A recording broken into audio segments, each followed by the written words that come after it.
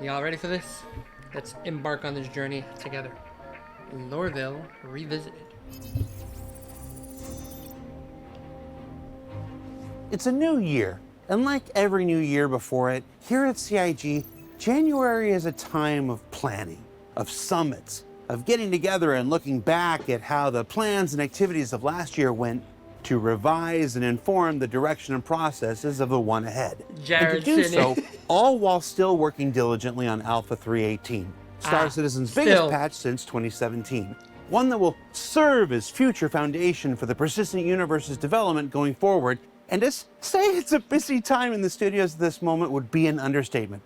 But it's also an opportunity for ISC to stretch its legs a bit like we always do. Maybe try a few new things here and there to take advantage of the first real big series of internal gatherings we've been able to have since the pandemic began, and continue to look at as many aspects of video game development as we can. True. Well, always doing our best to not get in the way of that very same development. In-person And I'm sure Citizen the Con editors this year. will tell me that was my longest single run-on sentence in ISC history.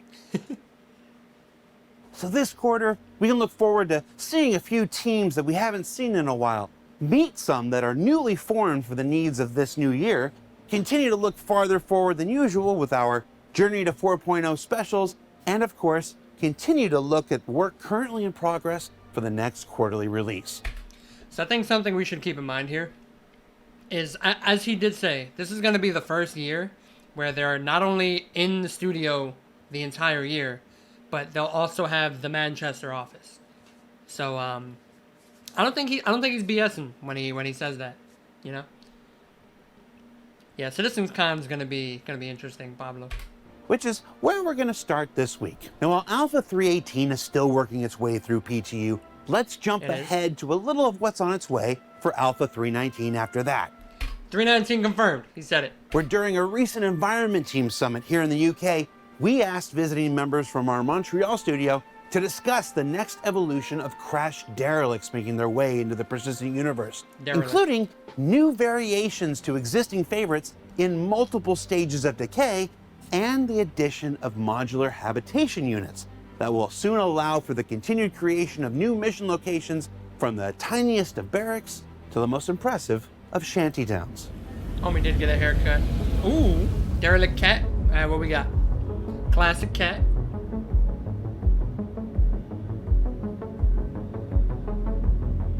Derelicts are important because it's adding content, enriching the experience for the player. Okay. It's like telling a story as well as the actual piece of a derelict that's there. Something old, something new, something borrowed. The derelicts who are in the game right now are super nice. I'm super happy about them. We have really nice shapes. We can really feel the scale. When we walk, we can see how big they are. They're impressive from a distance. The rustic feel, the abandonedness, these big, enormous, impressive shapes and silhouettes that you get to explore.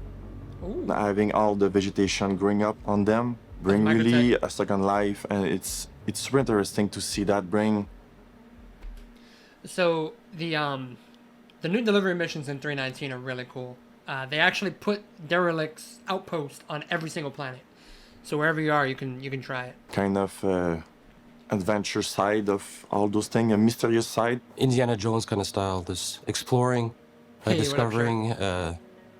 There's a variety for players like to experience, to go back, revisit, and enjoy the derelict.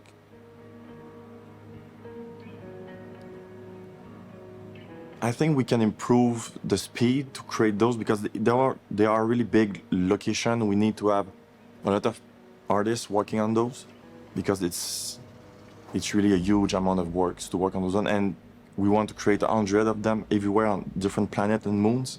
Adding more of the because we have OCs who dress. This feels like a lot of rambling, right? Like they didn't really have much to show, so they're just kind of you know what I'm saying? Them up immediately. At least we'll get the Lorville thing in the second half. Instead of a hand placing all the rocks, the foliage, and all the It's visual really elements nice. separately by hand. We should make actually nicer modules that are already pre-assembled and most of the stuff is already contained in it. So that way we can deploy it, spend a bit more time on detailing, just an extra pass, an extra level of depth to the art. What I like the most on the new ship we did, we create a deeper story about those crash sites. This with crash the site Star is really Runner good. crashing on The the planet MSR. and having the 600i just crashing on the mountain just by, we can just think about maybe they got a fight on the sky and they get hit and the boat get crashed just by themselves. We really set out to add different variations of age to our ships. So we have like the freshly crashed ships, the older ones that the planet overgrown over, and we have the very like derelicts as like just a skeleton of the ship that's remaining. Really just the frame of the actual ship that's just abandoned and rusted out. Derelict stuck in an asteroid.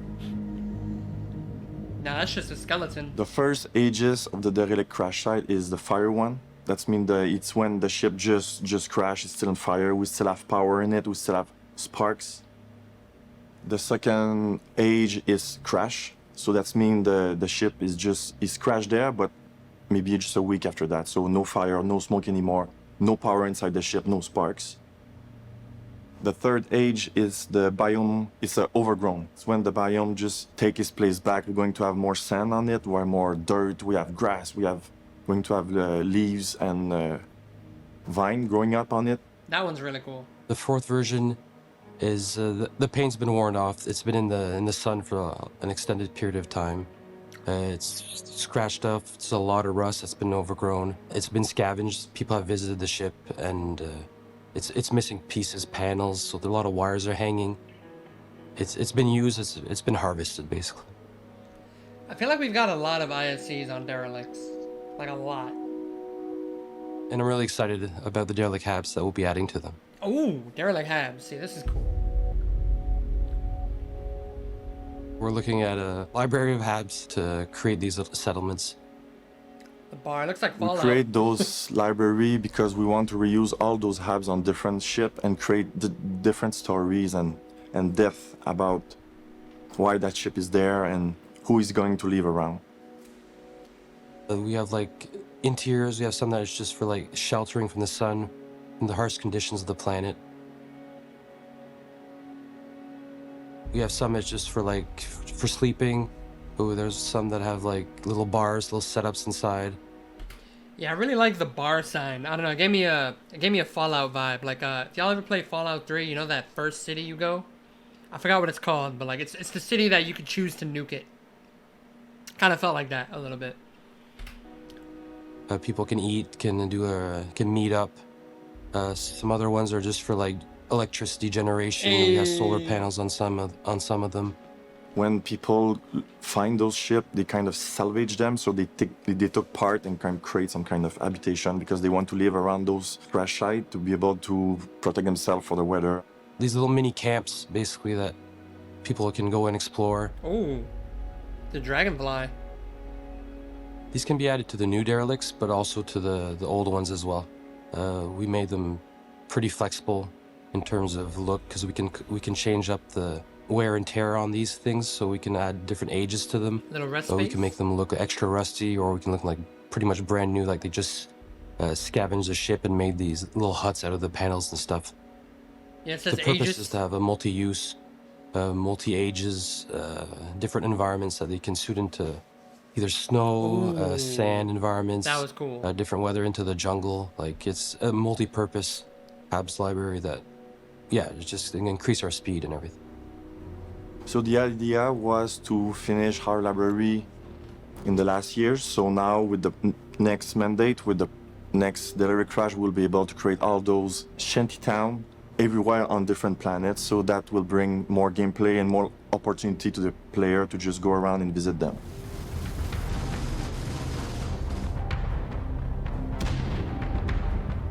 Get a railgun, boy. And if there's one constant in game development, that's change. So that was cool and all, but again, I feel like we kind of learned nothing there. But that's okay. They just got back from break. You know what I'm saying? So let's see what Lorville got for us. Or in this case, the continuing iteration by a dedicated team to populate the planets and moons of Stanton and Pyro with not only the derelicts and shantytowns that we saw, but our landing zones like Lorville. Now, we first spoke of the upcoming changes to Lorville in a Journey to 4.0 segment at CitizenCon 2952. But while we had the folks in town, we thought it'd be worth checking in on the team's progress while they were here. Progress that's, quite frankly, going so well, we're starting to think this new version of our oldest landing zone might just arrive a little sooner than expected. Ooh. Since the last time we talked about Lorville 2.0, a lot of things have changed. It has evolved. The key element... The last time they spoke about this was at CitizenCon in October. So October, November, December, January. Yeah, it's been 3 months. So a lot has changed in that time. Yeah, Lorville does need a big rework. That's for sure. that changed is the detail level of all the elements. And I explicitly like to mention the buildings. So there's details that really enhances the building believability. All the industrial outskirts really give the impression of a scale of the city. The goal. It will be iconic. I'm really excited to be able to like fly through Loreville the way that I fly through ArcCorp, you know? Because I feel like Loreville has the most aggressive like restriction zone of what you can and can't do. So it's going to be really nice to be able to fly through here, especially since the racetrack is right there. So very exciting stuff. Our materials are much more closer to a final look. We were going to a path of adding more tints and variety in color to the buildings and the surrounding structures, as well adding a lot of emissives throughout the city, and that gives like a good impression of the day and the night cycle. Day and night. The branding is very Hurston family centric, like they're very brutalist in a way, and yeah, it will be iconic. The process of going from first pass into final, sometimes we have to break a bit of stuff because as we... Look at the train line. They put lights all over it. That's nice. We're finding out the correct scale of the buildings, validate how it looks and how it works together, and realize certain things need to be aligned differently. You have to go into and remove some buildings or rearrange some neighborhoods to make them fit together in a more cohesive way. Look like trains to me. Oh, yep, there's the There's razor. things beyond like the new buildings. There's new pathways, there's the trenches, there's some tunnels as well, going into like those pyramid shapes that comes from Eric's concept, and we've added tunnels to those. There's cranes, and they create an opportunity to fly under them, flowing from the outside of the city to the inside, and pipelines, and there's a way of finding your way into Lorville with all these things that we've added. Look at that tunnel, bro. And it has like a really fun structure, easy ways to find where you're at. We're adding more landing pads, especially on the building rooftops. They create opportunities for gameplay, for pickup missions, and for the future of building interiors as well. Okay, so these are a lot of these. You'll see them at Loreville. I mean, at Area 18 and at New Babbage. There's a lot of landing pads where you can land, and then you go in that little room, and there's a mission drop-off box machine. So really, really cool to see that they're adding this to Loreville, because that's some of the best places to go for that. And I think he mentioned building interiors just now. So I guess it would be like you go in there and you can take an elevator in, but who knows how long before we actually get interiors like that, you know? Yeah, that's what I'm interested in, Pablo. Or just simple mission types of stuff to do on the rooftops. The city is quite expanded, so it's extending much further in terms of like the industrial areas that we're adding to the outreach of the city, the outskirts. They feel like they have a purpose. They have like quarries, they have like the pipelines, they have like industry or manufacturing. They lead up to the city. It feels functional. There's like smokestacks, activity going on with cranes, and it makes like a fun layout. Fire looks We've a little rough. experimented with moving L19 or the CBD or the spaceport in relationship to each other. In the end, we barely moved them. We only moved like the spaceport slightly, like a few hundred meters. That's not a lot in the whole scale of the city. What you'll see from the vistas from those places is going to be really a big positive change, I think. And it's still something we're tweaking and working on because we really want to make those work, like key shots, basically, for those vistas. Wow. That does look really nice. Very nice. Travel through the city is not changing other than the fact that the transit to the gates will be a bit extended, but the view from the transit will be a lot different in a good way, less repeated. You feel more like you're in a real city, and we'll take like a special care along like the path. Okay, so that is the train. See, it has a little blue. That's cool. You go in front of the tower now. Of the train.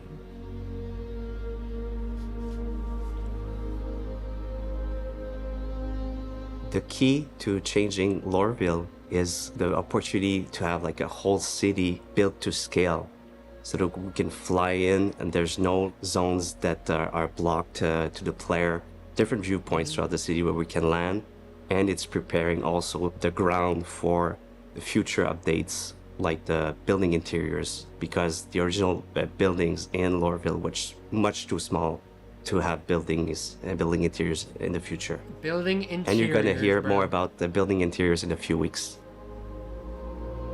In a few weeks, he says, bro. Building. Can you imagine building interiors with missions in them? Or even just building interiors, bro. Just being able to go in the buildings. That is sick. Very few games even do that, to be honest. Games on this scale is what I mean. Drops. So, what did we learn this week? Well, we learned that the crash derelict system is continuing to evolve as more and more locations are added to the standard system in the upcoming Alpha 3.19. That progress on the new Lorville isn't just looking great and coming along fast, it's also in preparation for its own next evolution that includes building interiors, which, as Maxime said, we'll be discussing in just a couple weeks. And overall, this week is a reminder that iteration is at the heart of any game's development, and that while the new and shiny will always get the most attention, it's just as important to continue maturing what's come before to ensure the better after. And as for the right now and Alpha 3.18, well, that's still going through its paces on our public test universe. But you should keep an eye on the robertspaceindustriescom website and socials for when this huge mammer jammer of a patch takes its next big step. Mammer jammer. And while we're all waiting, stop leaving all those crashed spaceships littered around all the new racetracks. We didn't add persistence just to let you all make messes. Yes, you did. Well, some of us might have. I like that salvo frag pistol. Benoit definitely did. Now, don't forget that Lunar New Year is also going on right now on the live servers with contests, paints, envelopes, and roosters galore, so be sure you check that out. For Inside Star Citizen, I'm Jared Huckabee. We'll see you all here next week. Hell yeah. ISC is back, guys. There it is. There it is. Really cool, man. I'm excited. I'm pumped. So yeah, that's that. Hello and welcome to... No, not bored. So yeah, kind of a filler episode, just a little bit. But at least, you know, he showed some new stuff like the habs for derelicts, and just the fact that they mentioned building interiors is really cool. The fact that they would even bring that up. And they said it looks like Lorville's closer than they thought. What up, Jay-Z? How you doing, man? Yeah. So that's it, guys. Let's jump back on.